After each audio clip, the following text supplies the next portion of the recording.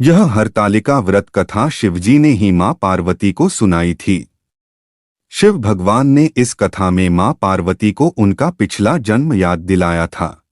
हे गौरा, पिछले जन्म में तुमने मुझे पाने के लिए बहुत छोटी उम्र में कठोर तप और घोर तपस्या की थी। तुमने ना तो कुछ खाया और ना ही पिया, बस हवा और सूखे पत्ते चबाए। जला देने वाली गर्मी हो या कंपा देने वाली ठंड, तुम नहीं हटी, डटी रहीं। बारिश में भी तुमने जल नहीं पिया। तुम्हें इस हालत में देखकर तुम्हारे पिता दुखी थे। उनको दुखी देखकर नारद मुनि आए और कहा कि मैं भगवान विष्णु के भेजने पर यहाँ आया हूँ। वह आपकी कन्या की से विवाह करना चाहते हैं। इस बारे में मैं आपकी राय जानना चाहता हूँ। नारद जी की बात सुनकर आपके पिता बोले, अगर भगवान विष्णु यह चाहते हैं तो उन्हें कोई आपत्ति नहीं, परंतु जब तुम्हें इस विवाह के बारे में पता चला तो तुम दुखी हो गईं।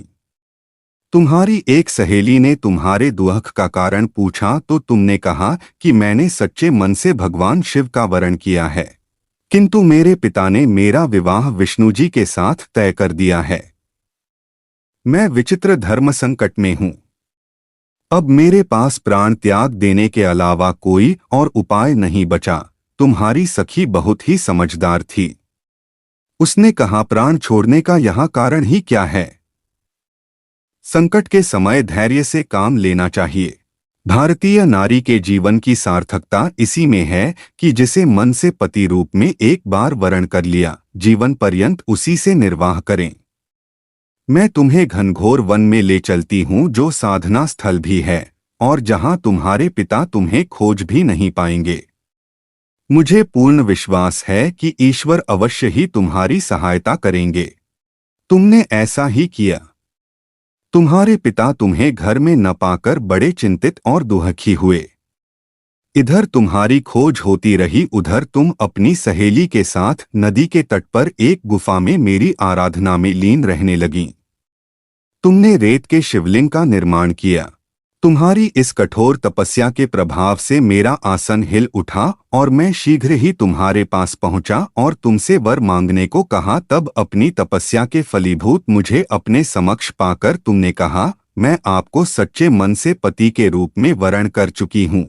यदि आप सचमुच मेरी तपस्या से प्रसन्न होकर यहाँ पधारे हैं तो मुझे अपनी अर्धांगिनी के रूप में स्वीकार कर लीजिए। तब तथास्तु कहकर मैं कैलाश पर्वत पर लौट गया। उसी समय गिरिराज अपने बंधु बांधवों के साथ तुम्हें खोजते हुए वहां पहुंचे। तुमने सारा वृतांत बताया और कहा कि मैं घर तभी जाऊंगी अगर आप महादेव से मेरा विवाह करेंगे। तुम्हारे पिता मान गए और उन्होंने हमारा विवाह करवाया। इस व्रत का महत्व यह है कि मैं इस व्रत को पूर्ण निष्ठा से करने वाली प्रत्येक स्त्री को मनवांछित फल देता हूँ। इस पूरे प्रकरण में तुम्हारी सखी ने तुम्हारा हरण किया था, इसलिए इस व्रत का नाम हरतालिका व्रत हो गया। इस व्रत से जुड़ी एक मान्यता यह है कि इस व्रत को करने वाली स्त्रियां पार्वती जी के समान ही सुखपूर्वक पतिरमण करके शिवलोक को जाती हैं।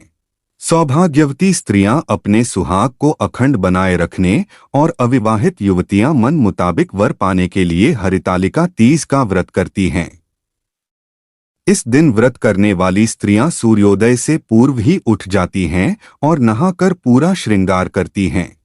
पूजन के लिए केले के पत्तों से मंडप बनाकर गौरीशंकर की प्रतिमा स्थापित की जाती है।